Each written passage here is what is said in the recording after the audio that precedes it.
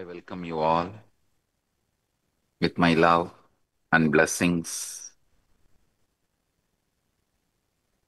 All the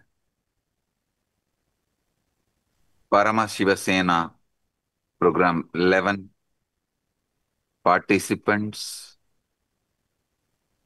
all the Rajya Sabha members, all the Kailasavasis, all the e-citizens, Kailasa citizens from all over the world. I welcome all of you with my love and blessings.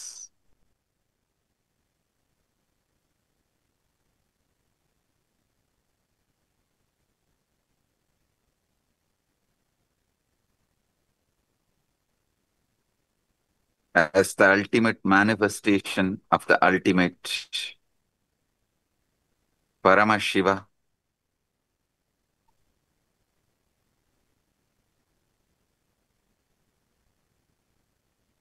I bless you all with Paramadvaita. Paramadvaita Praptirastu.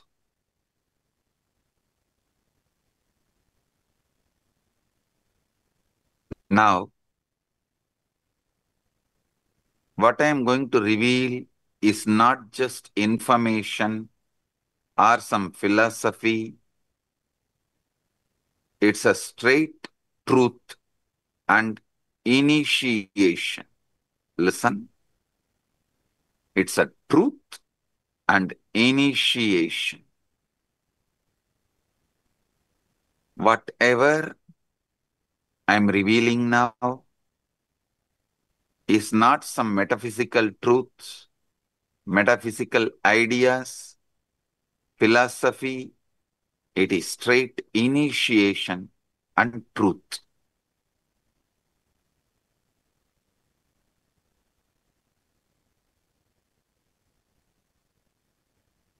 Look at your mind for a moment.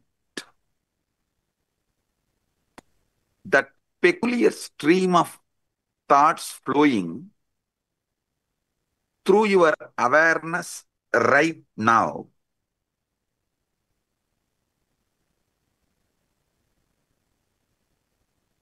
The commentary that never stops, that goes on judging you, judging others, judging everything.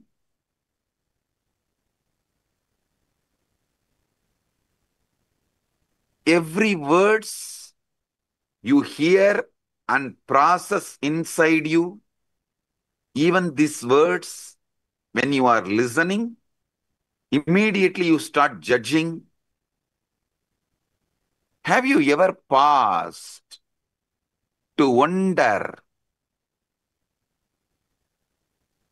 who is exactly talking all this in your head? Listen. Have you ever paused to wonder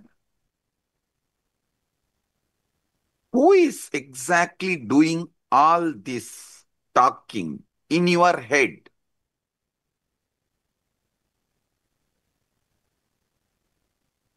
Almost every one of us pass our entire lives listening to this internal monologue without ever questioning its source.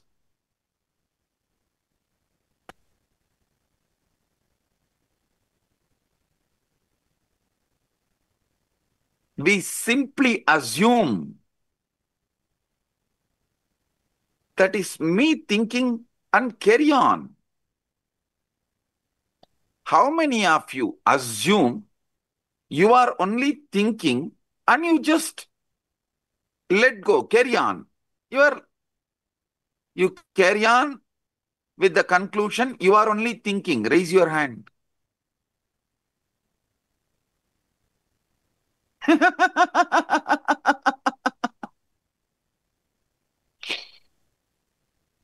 Come on. Is it really you?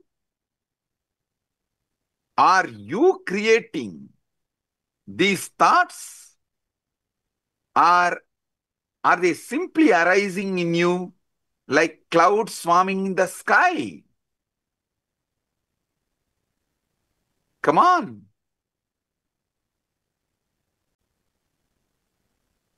If that voice is truly you, then who is the one listening to it? Who is aware of these thoughts? Is it not that awareness is also you?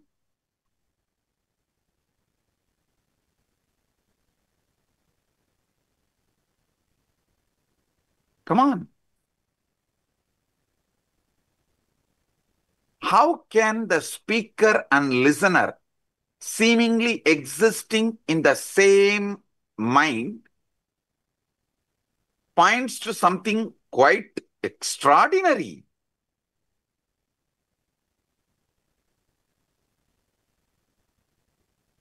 About the nature of the consciousness. How many of you understand the listener and speaker both are existing in the same mind? Raise your hand.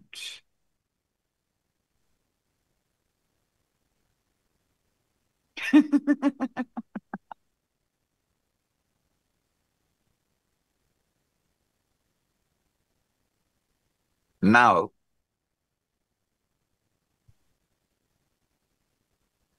I wanted to re-reveal and explain something extraordinary. I spoke about it in 2005.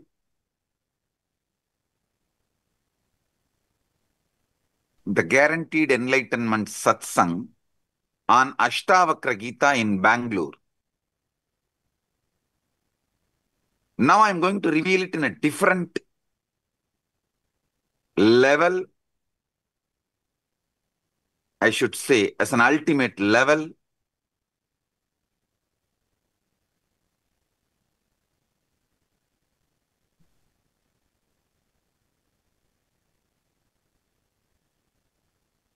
Your thoughts,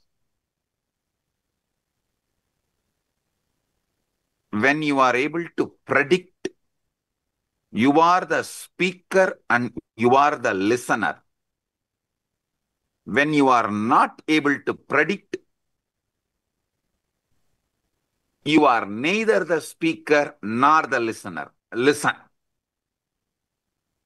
Only when you are able to coin the words predict, you are the speaker and you are the listener.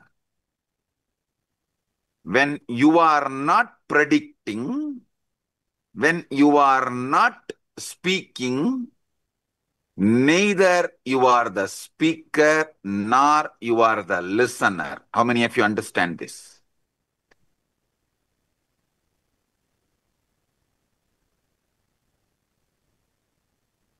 You can't answer and take it for granted. You are only thinking. No.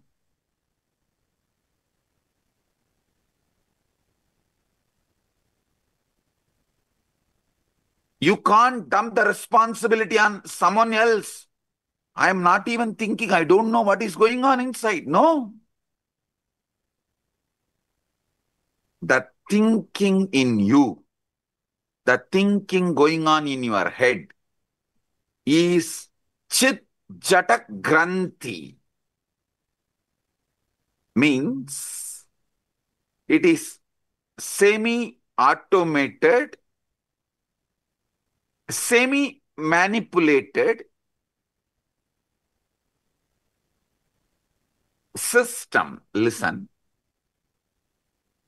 when it comes to heart beating, you can say it is beating on its own. Your involvement is practically nothing. But you can't say, you can't think, you can't say, you can think as you want forever. How many of you are understanding this unpredictable nature of thought?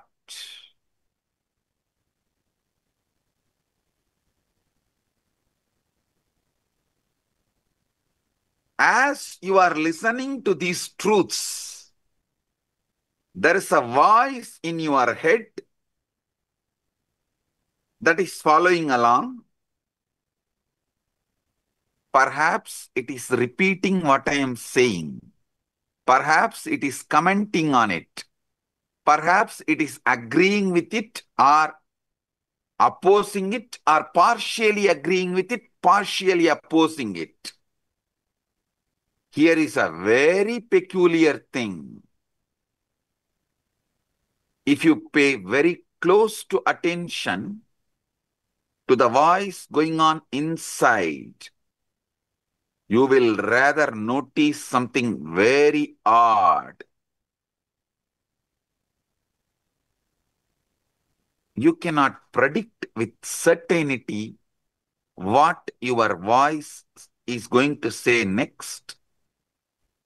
If you decide to stop and utter the words as you want in your head, listen also your words. So either your speaker and listener simultaneously exist, or speaker and listener both absent, the some speaking is going on. How many of you understand it?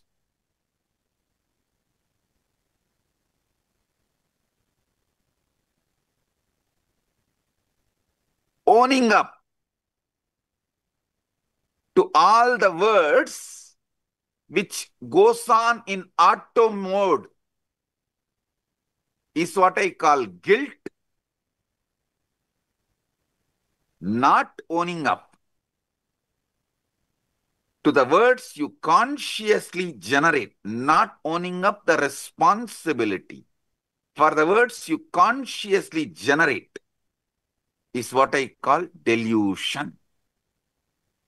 Listen.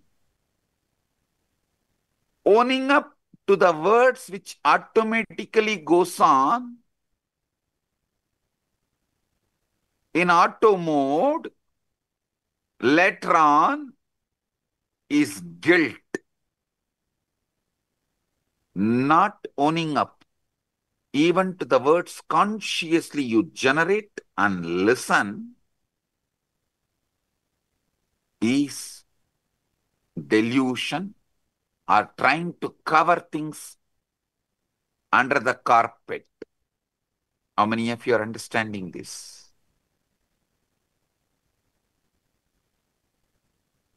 You cannot predict with certainty what your inner voice is going to say next. That doesn't mean you can't control it.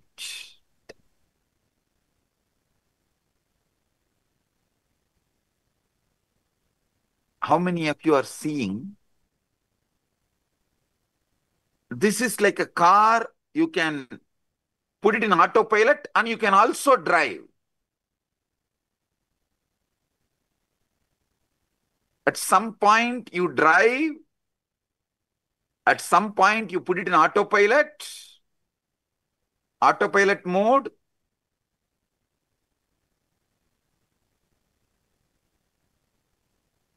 But unfortunately,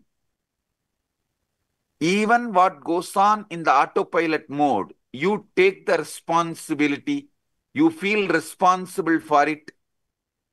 Automatically you feel you are only talking. How many of you understand it?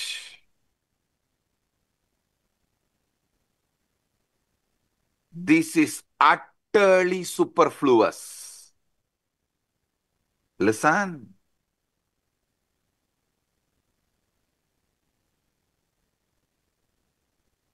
Non-recognizing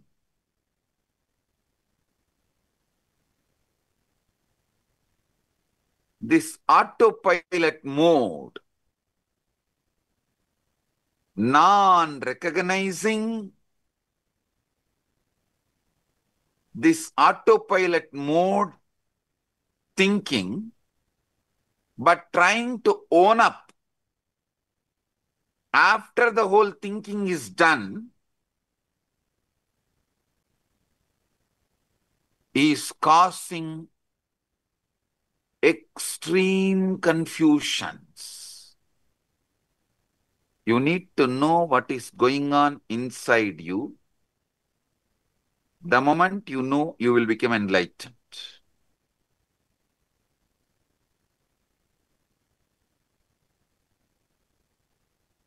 Am I doing the thinking, or is thinking happening to me?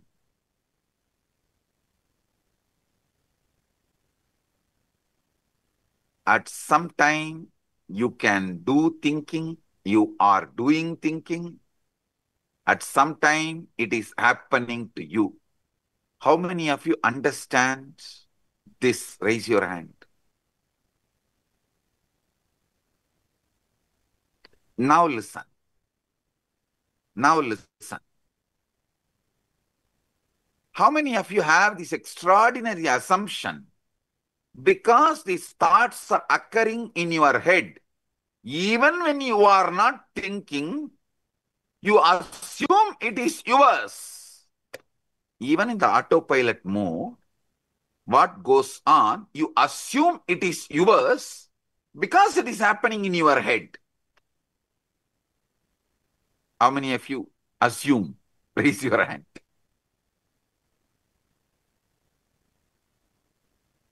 Yes. Drop the hands. Listen.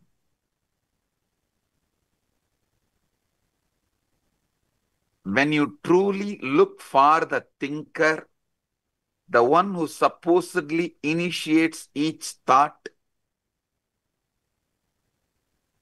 you find yourself in a very curious position. Weird position.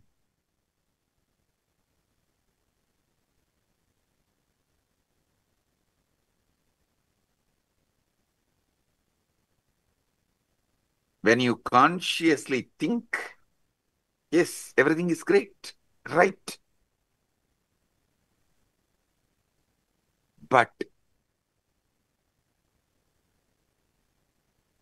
when it is going on in auto mode and you try to find who is thinking, suddenly the auto mode stops.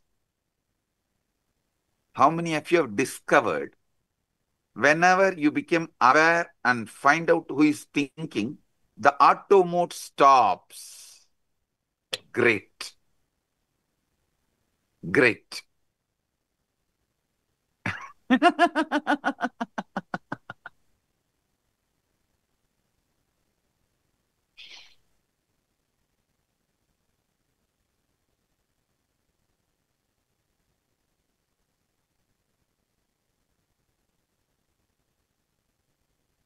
Listen, I'm going to introduce the third mode.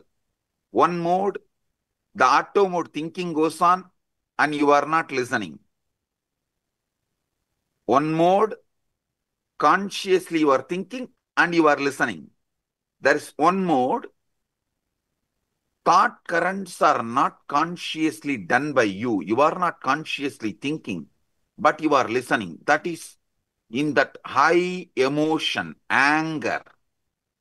Thoughts just come. They are forced on you. You are only the listener, but not thinker. How many of you have experienced this state? Raise your hand. Listen. Clarity about these three liberates you. Listen. when you are thinking and listening, you have a conscious sovereignty over thinking process. When you are neither thinking, the thoughts are forced on you, it is going on, nor you are listening, but unfortunately you own it up because it goes on in your head, that is deluded, unconscious, or I should say, deluded part of you. The third one, where thoughts are not yours, it is forced, it just flows, you can't control, you can't design, you can't interfere, but you are listening. This is the dangerous mode, dangerous space. In this space, you execute the command of your deluded part. See, when you are neither talking nor listening, both are in auto mode, you only own it up as yours and feel guilty. That is not that dangerous. But when the words seep in from the delusion into your listening, but you can't control the words, that is the dangerous part of you. That is responsible for all sufferings.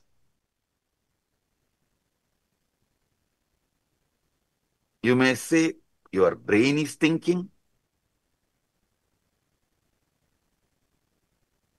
but you should know your heart beating, lungs breathing are completely out of your hands. At least not immediately. If you do specific acts, you can interfere even in that. If you run, you can alter your breathing, your pulse rate, all that is different. But normally, that is why you don't say, I am beating my heart or I am breathing my lungs. No.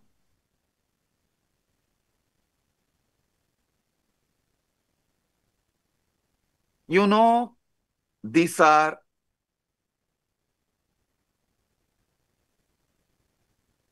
the processes happening in you largely autonomously. But when the thinking is happening autonomously, you own up, and when those thinking is forced on your listening, you execute thinking it is yours. How many of you understand? You are executing somebody else's command continuously and repenting by mistaking that command is yours. Raise your hand. Now, this is very important understanding you need to have.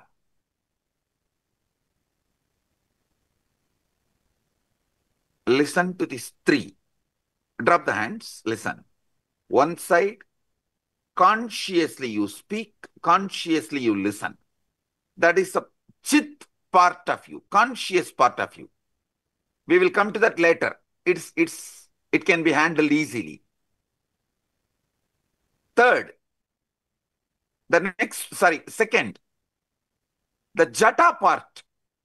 Neither thinking is you are aware of it, the thinking, nor you are listening to it. Thinker, listener, both are absent. It goes on autonomously.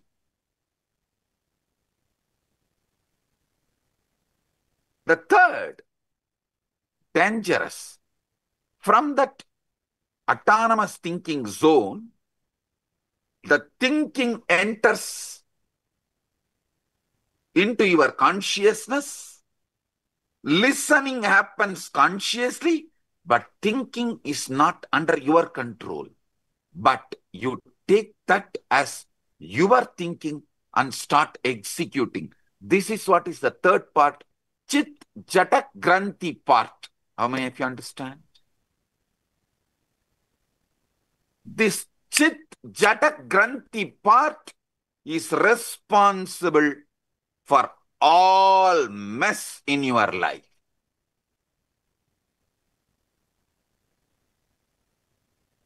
When you are taken over by anger, lust, greed, pain, insecurity, violence,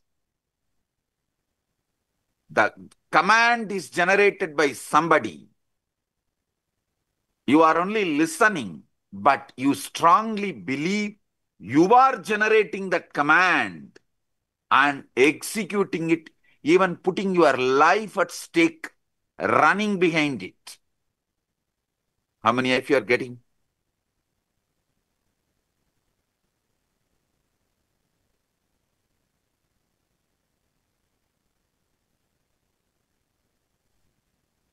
Drop the hands. The inner voice, you are only able to listen, but does not have power over, is not you, which you are not able to think. That is what I call ego.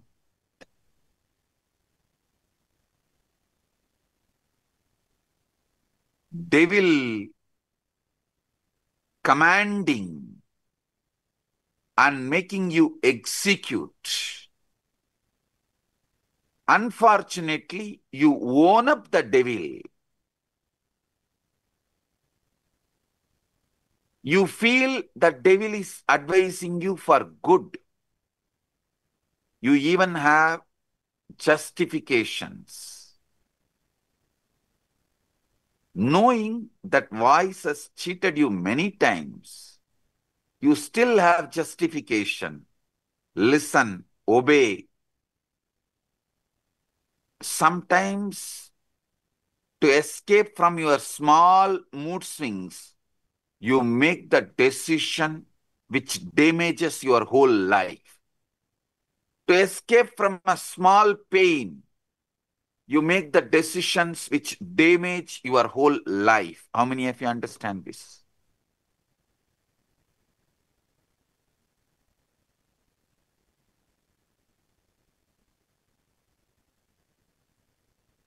Relax. Now, understand this three component. Chit. You are talking, you are listening. Jata. Neither you are talking nor you are listening. Autonomous. Both autonomous. Chit Jata Granthi. Talking is by somebody else.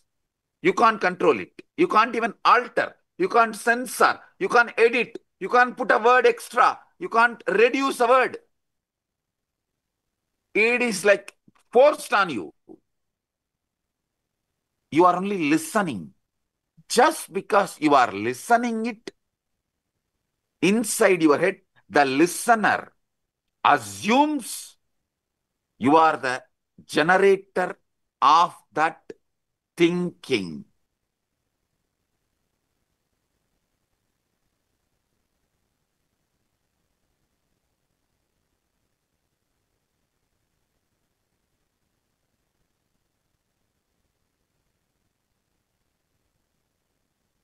Chit, Jata, chit-chata granthi.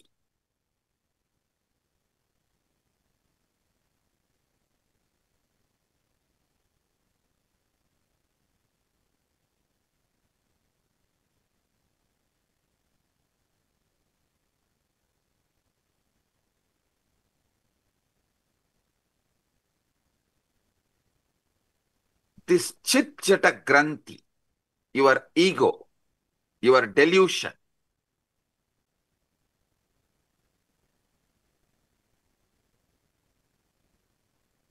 this part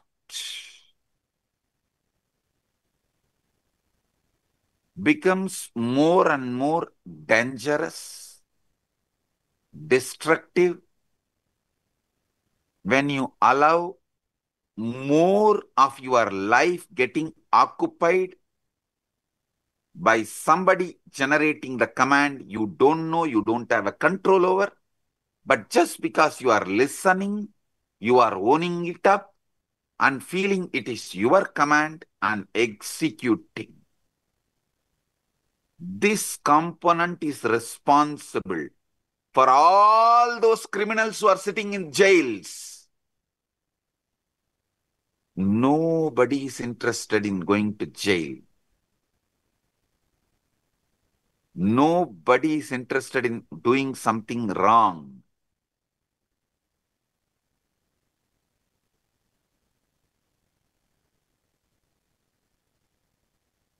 But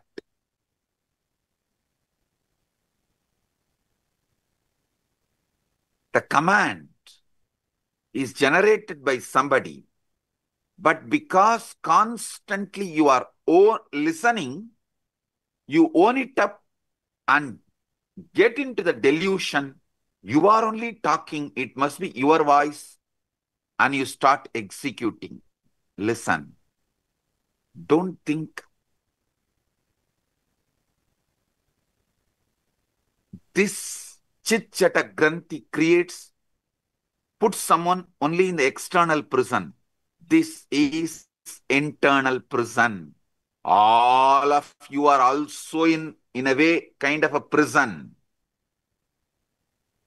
which is just this chit-chata granthi, and the decisions you made because of this chit-chata granthi, the securities you built around you, which has become many times a prison, the life you built around you, which has become many times prison, many things you built around you, which has become many times prison, is owning up to the voice just because you listen to it, because it is from your head, you think it is yours, you really feel it is yours, but actually you don't know. How can you own up something which you have not uttered? See, if something is yours, then you should be able to edit, add, delete, speak. Are you able to? No. Then how can you own up and execute certain command, some command, which you are not owner, but continuously you believe it is yours? How many of you understand this? Raise your hand. Yes, now I'll give you just 3 minutes. Pen down this chit-jata granthi, all three. So you are understanding it.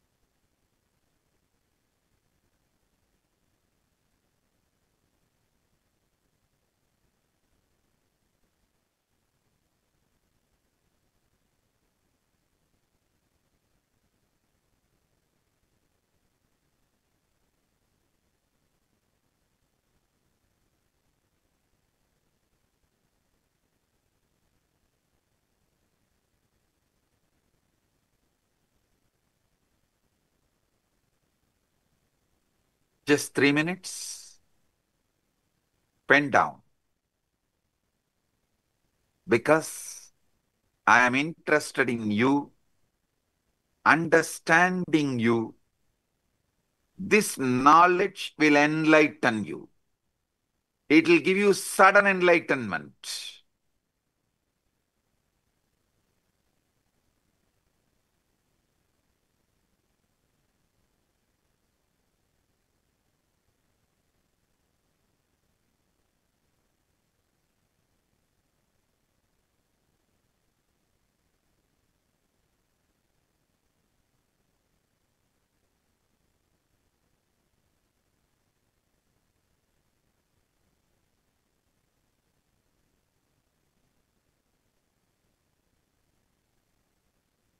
Now listen.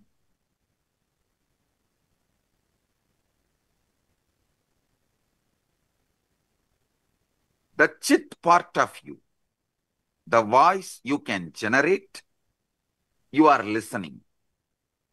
That part of you is called buddhi. The voice neither you generate nor you listen. That part of you is called chitta. The part you don't generate the command, because you listen, you assume it is yours and you obey. This part is called ego, ahankara. This voice of ego, listen, this is actually the 90% of your life. 90% of your life is dominated by this third component. How many of you understand that? 90% of you is dominated by this third component. Drop the hands. Listen. This voice has been shaped by everything you have ever experienced. Your parents, your education, your books, all the books you read, the conversations you have had, the very culture in which you have grown up. When this voice speaks of I, of me, of myself, what is it really referring to? See, when the chit-chatakrandi, the ego, when this voice is delivering command, it uses the word I, of me, of myself. What is it really referring to? I tell you one small example. It is the politician talking, I am making this decision for all of us. Please, all of you, execute. Do you have a say in the decision?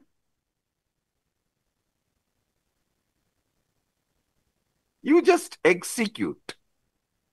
And you are convinced you made the decision because you voted 4 years before or 5 years before.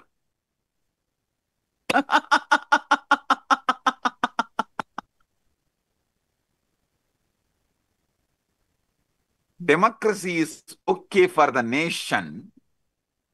I don't want to say yes or no, good or bad and all that. Okay, that is the way it is.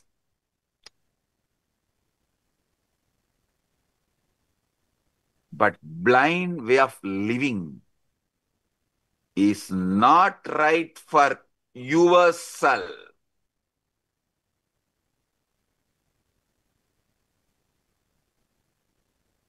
When the voice, your ego speaks of I, of me, myself, what is it really referring to? Is it referring to the true you or merely a character it has been rehearsing all your life?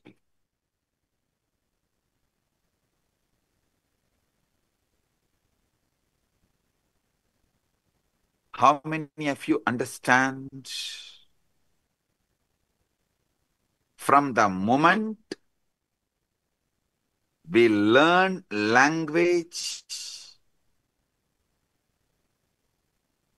we are taught a most peculiar game. We are given a name and told, you are this. You are Ram or Suresh. I always refer these names because in India, if you scream Ram, 1/3 of the country will turn and see you. If you just shout Ram, 1/3 of the country will turn and see you. In Tamil Nadu, if you scream Muruga, 1/3 of the Tamil Nadu will turn and see you. In Tiruvannamalai, if you call Arunachalam, 1/3 of Tiruvannamalai will turn and call you, see you.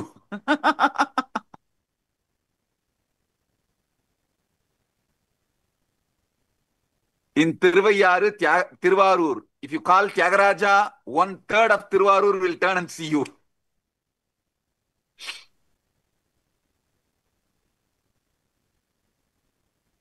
Listen, this peculiar game of name, as if this collection of sensations, feelings, experiences, all is a one continuity. You get deluded by that one word called your name. How many of you are cracking it?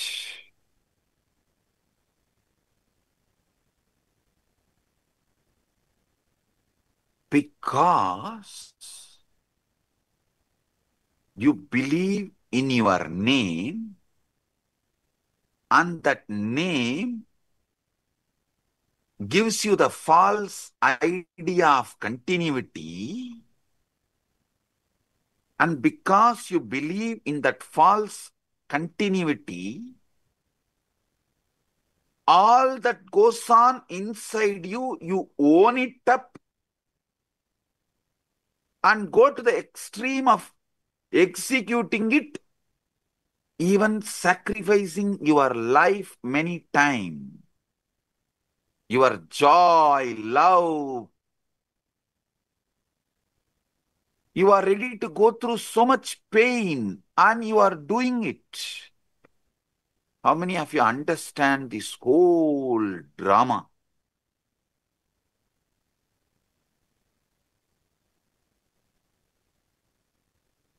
Gradually, through the years, you build up a story.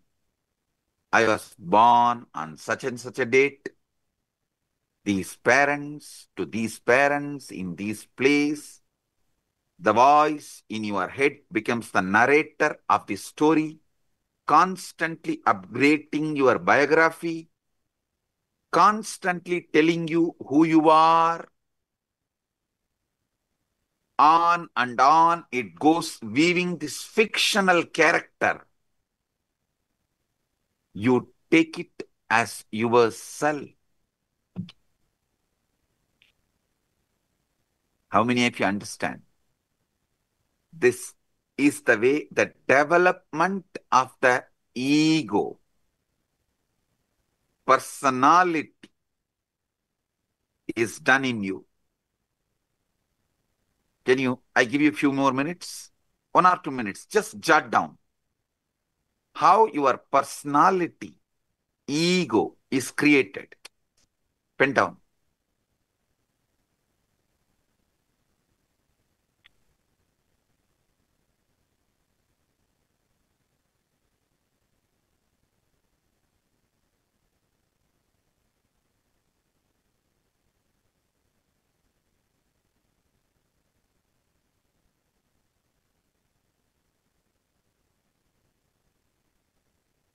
But if you see, this is a case of a mistaken identity of the most profound kind. With how many of you this clicks? Oh God, this is really, really, really most profound mistaken identity.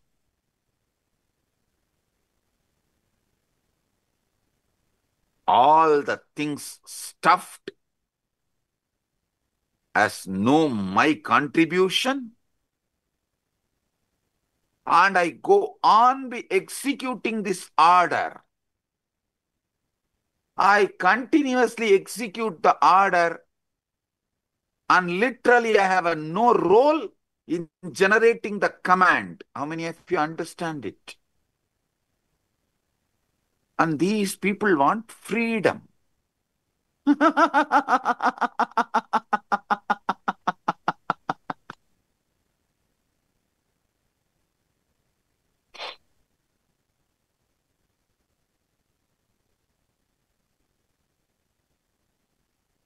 How many of you are right now seeing your ego is mistaken identity of the most profound kind?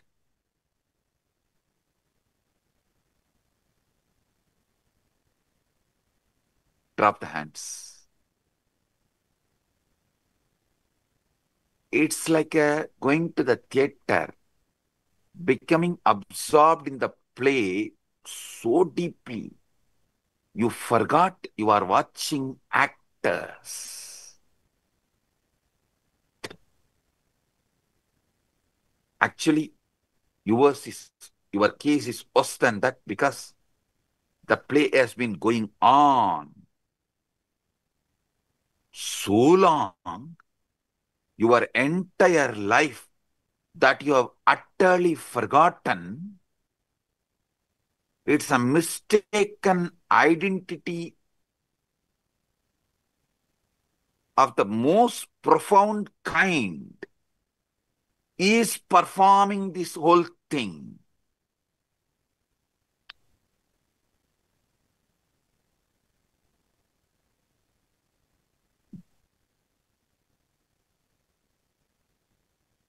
This separate self, this ego, as I named it, for your understanding, for our convenience, we named the Chit Jata Granthi.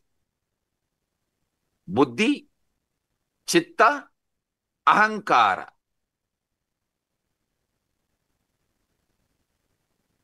This separate self, this Ahamkara, ego,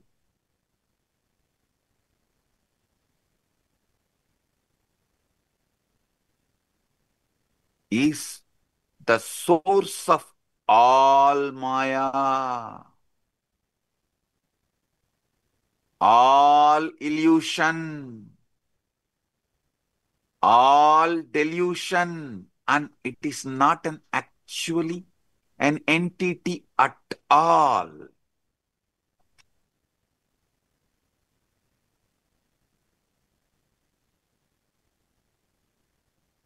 I enlightened all of you about your buddhi, your chitta, your ego, which is source of all illusion and delusion. It's a process. It is something your organism is doing. But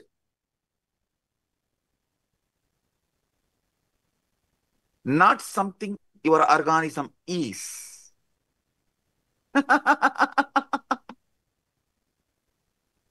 It is something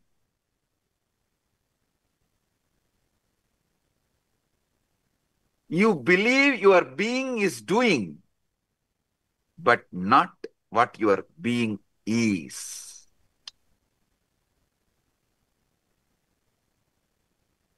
How many of you are getting it?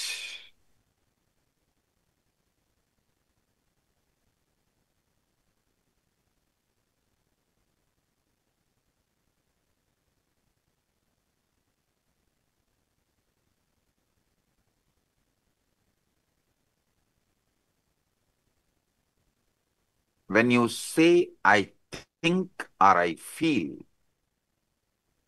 What exactly is this I think or I that thinks and feels? If you try to point it, what can you point to? Your body? But your body is constantly changing. Once in every 7.5 years. That is why in Hindu tradition, in our horoscope, we kept it sunny for 7.5 years. Once in 7.5 years, your body completely changes. How many of you know that? Every cell is replaced.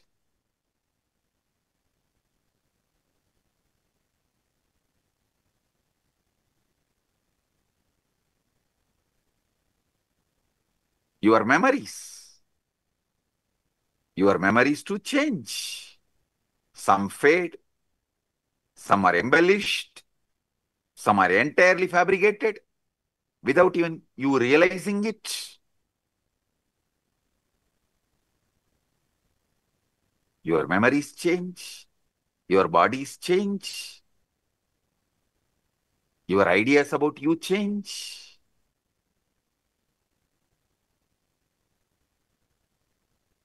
Your name gives you the delusion of continuity, stops you experiencing eternity.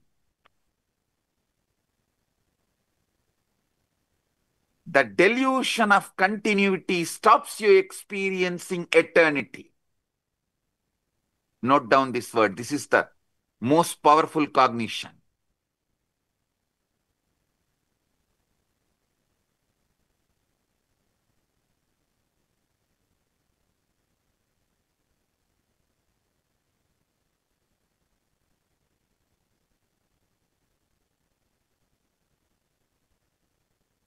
When you look for your true self, it's like you trying to catch your own shadow. The closer you get, the more it recedes.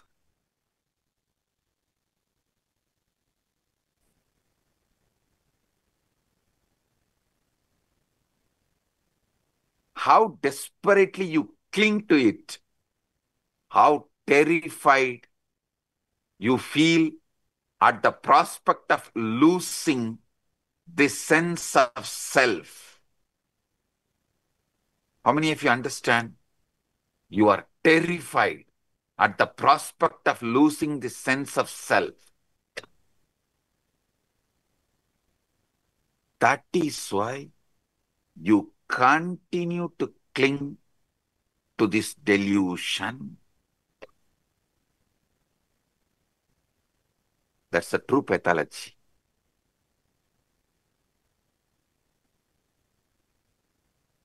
See, the separate self is a useful social convention, like a money, everything, how the idea of time is useful. Socially, it is useful. Money is socially useful.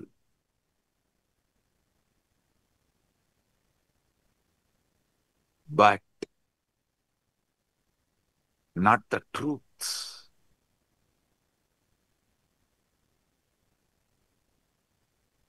The separate self, ego, socially useful as social convention, like money.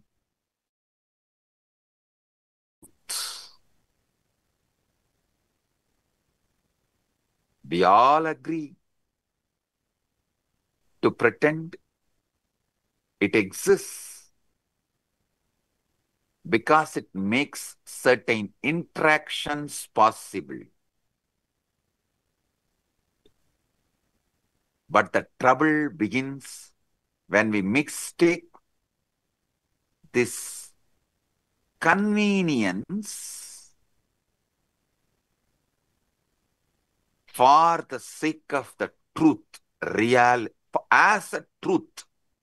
See, the real trouble begins when we mistake the convention for reality as the truth.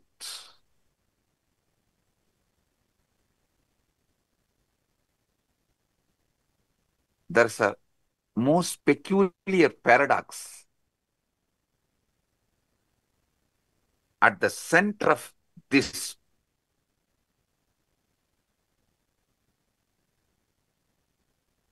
seeking the truth. Listen, I am actually decoding that 4 Mahavakya of Upanishads for all of you. Naham deham, koham soham. Later on I'll explain. This is the Mahavakya I am decoding step by step for all of you.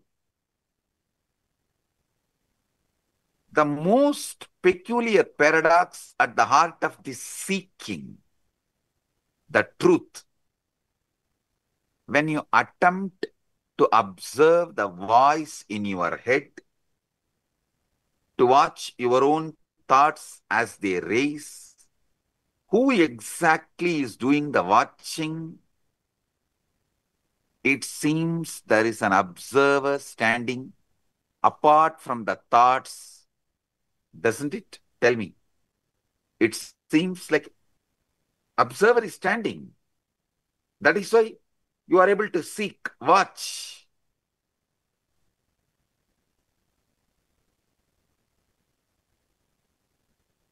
But if you look closely at this observer, you will notice something extraordinary. It too becomes an object of observation. You can observe even the observer. If you have done ajapa, you can understand what I am saying. In the beginning of the ajapa, you will try to do Shiva, Shiva, Shiva. Then you can make that Shiva, Shiva repeat, and one part of you can observe, one part of you will be doing the japa.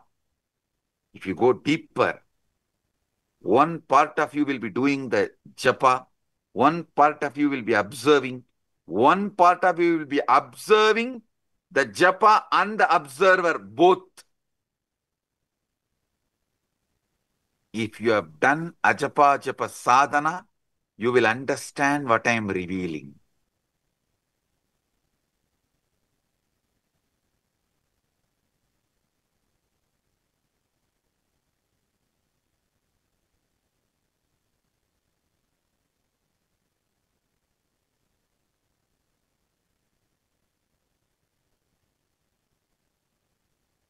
Even the observer becomes an object of observation.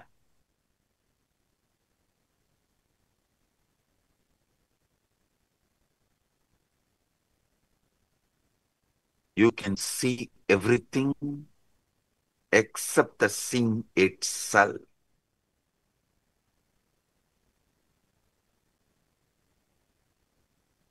In Upanishads,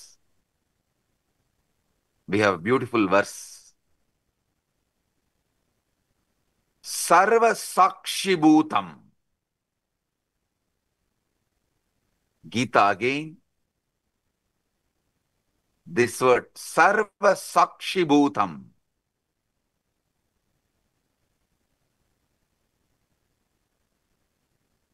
The word is used. Sakshi.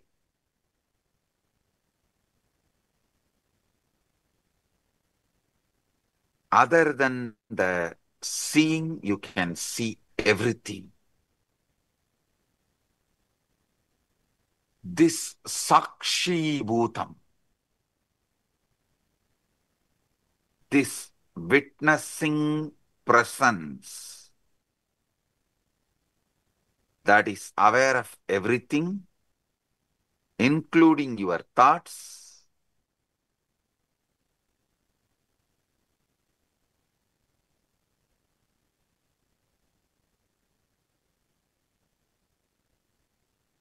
the pure subject which can never become an object. How many of you understand this truth? Sakshi, listen. This Sakshi, the pure witness, the pure awareness,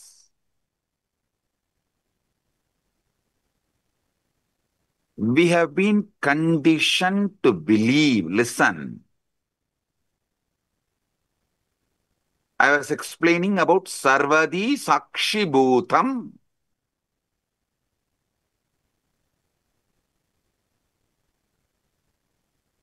In everything, that pure Sakshi.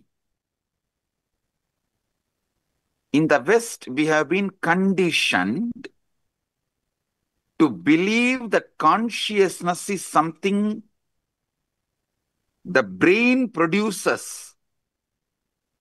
Like how the liver produces bile.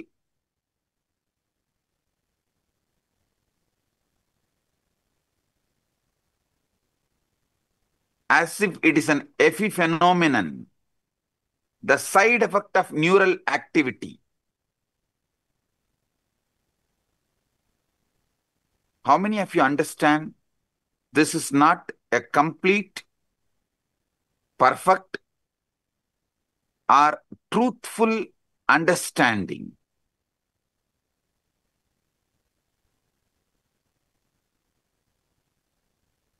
See, this is like the screen on which you are watching the movie is producing the movie. If someone tells that screen on which you are watching the movie is only producing the movie, how foolish it is. Same way, the screen receives the signal and shows it. Same way, brain receives consciousness, but not producer.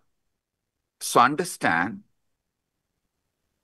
this Sakshi, Sarvadi Sakshi Bhutam, is consciousness that is not produced by brain. Listen.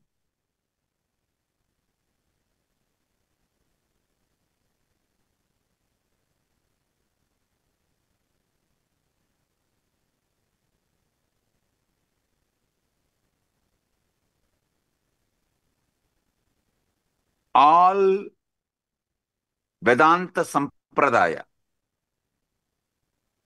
Advaita, Dvaita, Visishtadvaita, Shankara Advaita, all of you should know, the classical Advaita is different from Shankara's Advaita. Many of you are thinking Shankara is the Acharya who promoted the Advaita. Sure, but his school of Advaita is not as the classical Advaita.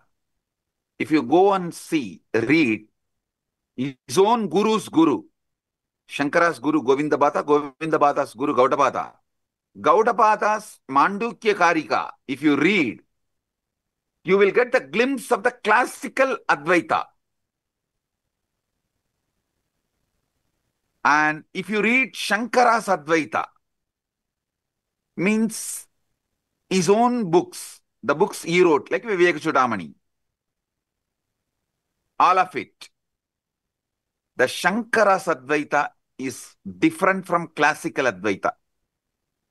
Listen, all these Advaitas Advaita, Visishtadvaita, Dvaita, Shuddhadvaita, all Advaita, all Vedantic traditions accept the one truth. Consciousness is the fundamental ground of the being. That Sarvadi Sakshi Bhutam, which I was describing,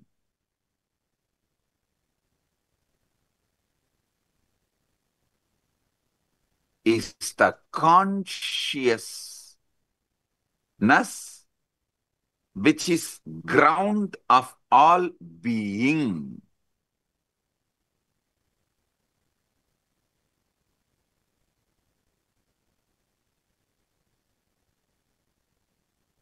Listen, if you want health, you need to get involved with your body and do yoga.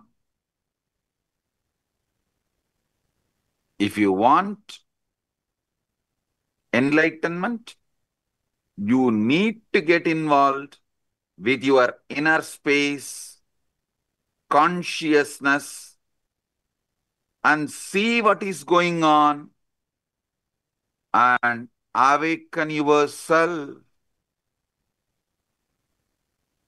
What?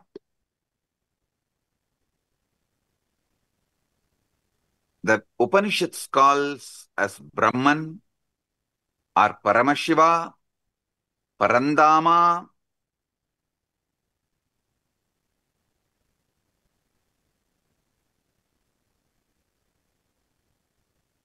That is the Sarvadi Sakshi Bhutam. When that mirrors in individual being, we call it Atma. Atma is that Sarvadi Sakshi Bhutam in individual.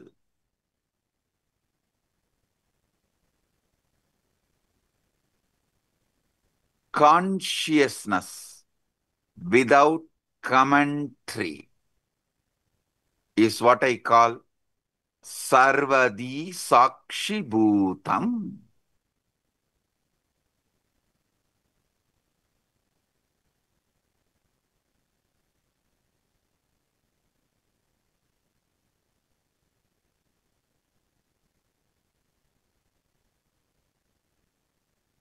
When you are in deep meditation,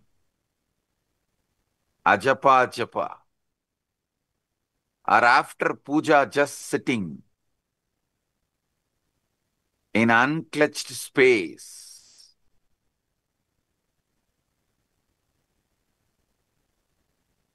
in that pure silence, Sarvadi Sakshi Bhutam comes out, removing all the veils, all the masks, all the makeup.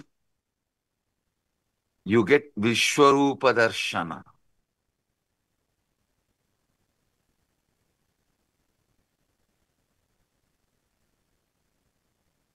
You become vivid, real. The commentary inside you stops. But that Sarvadi Sakshi Bhuta remains. How many of you experienced it at least once? Raise your hand. During initiation or unclutching. That's all. Listen. Listen. The true nature of consciousness might not be the inner voice at all, but the Sarvadi Sakshi Bhutam, in which these voices come and go. They all come and go.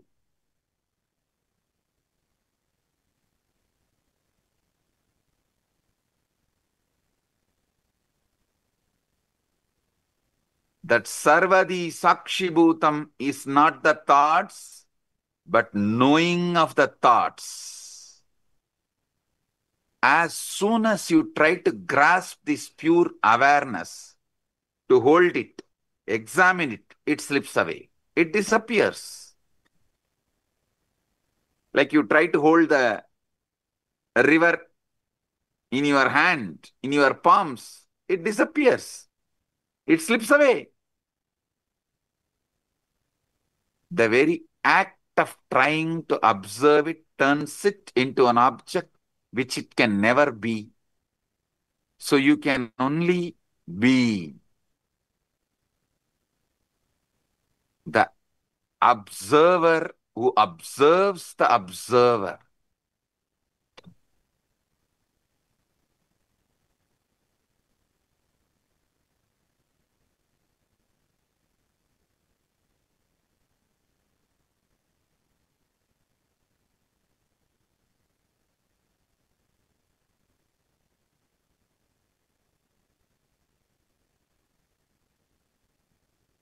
Now, I'll initiate all of you into this nirvikalpa samadhi, sudden enlightenment, guaranteed. Sit. If you have Atmalinga, take the Atmalinga and keep it on your Anandagandha. If you don't have Atmalinga, just sit. Close your eyes.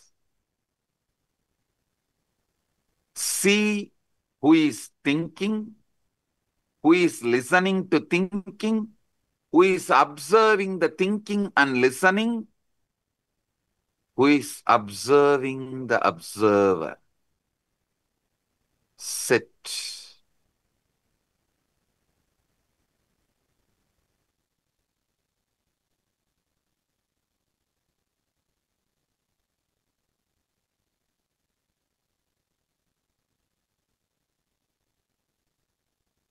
Sarvadi sakshibhutam.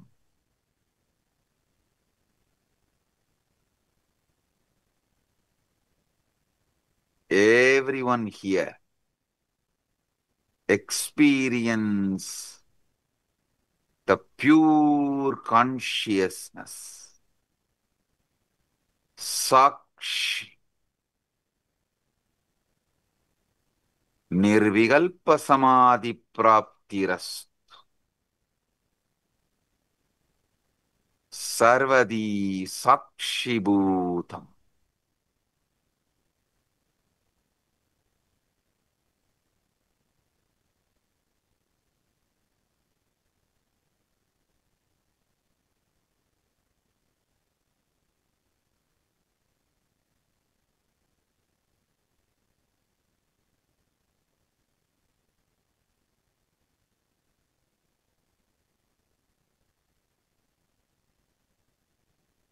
Chadegam manaso javiyo nainaddevo apnuvan purvamarshat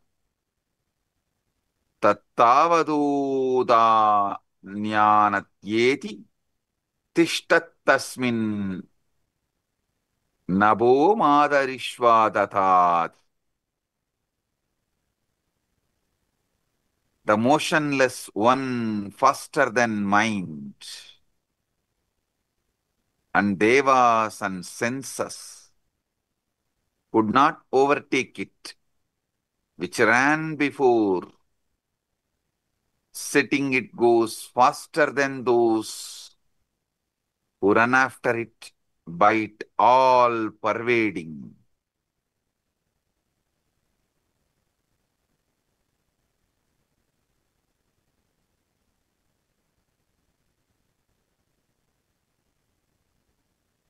This is the all-pervading, deeper than the air that supports the all living beings. Nirvikalpa samadhi praptirastu.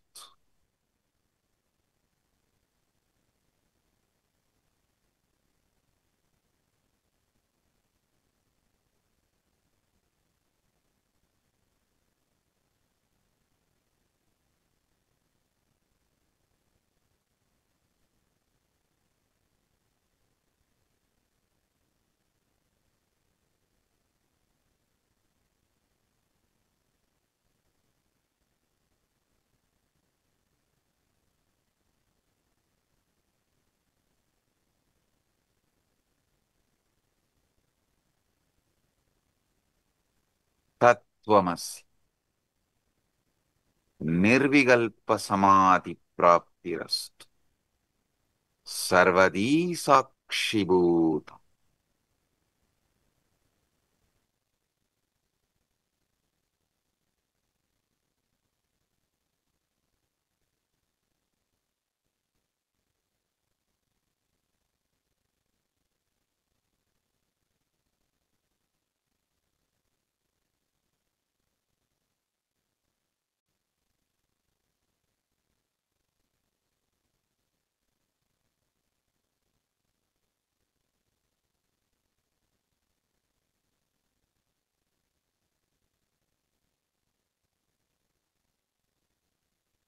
Om.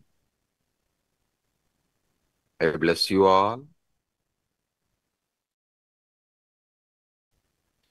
I'll continue to expand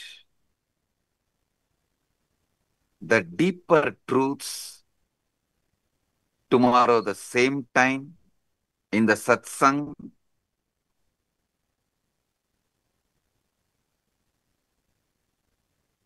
Again tomorrow same time, 7 o'clock, 7 p.m. EST. We'll have enlightenment guaranteed initiation sessions. All of you are welcome to experience deeper truths. I'll explain how the chit and jata can be used, manipulated for your sudden enlightenment.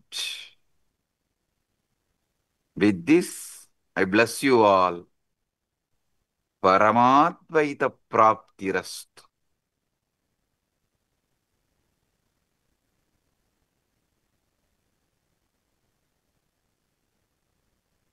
Blessings.